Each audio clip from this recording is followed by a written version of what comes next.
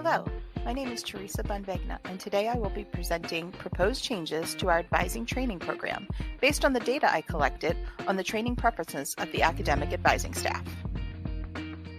As you know, in May, our school made the move to a new LMS, Brightspace, and in June, we moved our e-learning content authoring software to CourseArt. These changes have required the training committee to migrate our content into the new systems. This is a large undertaking due to the amount of content and resources that encompass our training program.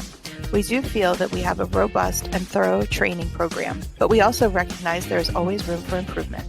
So we would like to take this opportunity to make some updates and changes. A survey was sent to full and part-time advisors to gather data about their preferences for how training content is provided and the activities and resources that they find the most useful. I used MS Forms to create a survey and send it to a portion of our advising staff. While this was a short 8-question survey with 12 participants, it allowed us to collect some valuable data. Let's take a look. During the year, we offer new and refresher training sessions. In the survey, advisors were asked if they preferred synchronous or asynchronous training sessions.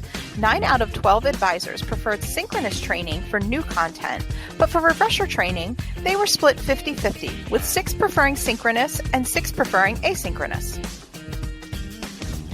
This data trend can also be seen when the advisors were asked about overall format preference.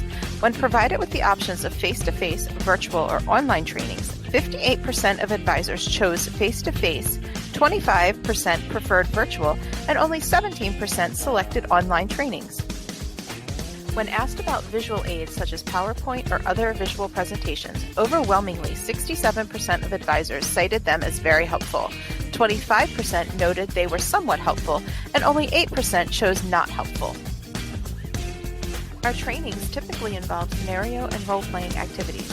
Given the options of very helpful, somewhat helpful, and not helpful, 8 advisors indicated that the scenarios were very helpful, and 4 chose somewhat helpful. No one chose not helpful. The results of role-playing were the opposite. Only 4 advisors indicated that this activity was helpful, and 8 cited it as not helpful. Lastly, advisors were asked about the usefulness of resources. We typically use paper handouts and online resources that can be accessed through Brightspace.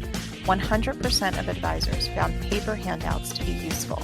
However, when asked how often they access the online resources per week, 83% reported accessing the system 0 to 5 times, and only 17% accessed it 5 to 10 times, showing that advisors are relying more heavily on the hard copy of the resources that are provided during the trainings. Based on the data collected, I would like to recommend the following changes and updates to the academic advising training program. First, with 9 out of 12 advisors preferring synchronous training, combined with the 58% preferring an overall face-to-face format, I would recommend that all new training should be conducted in a synchronous face-to-face structure.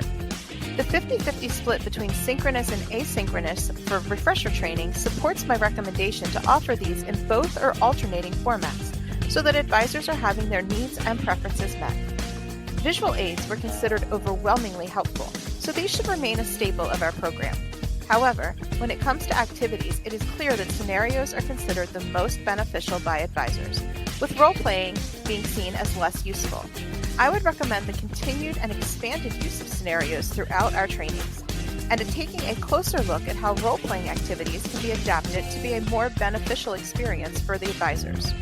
Last, the overwhelming preference for paper handout dictates the continued and expanded use of the provided resource finder in our trainings.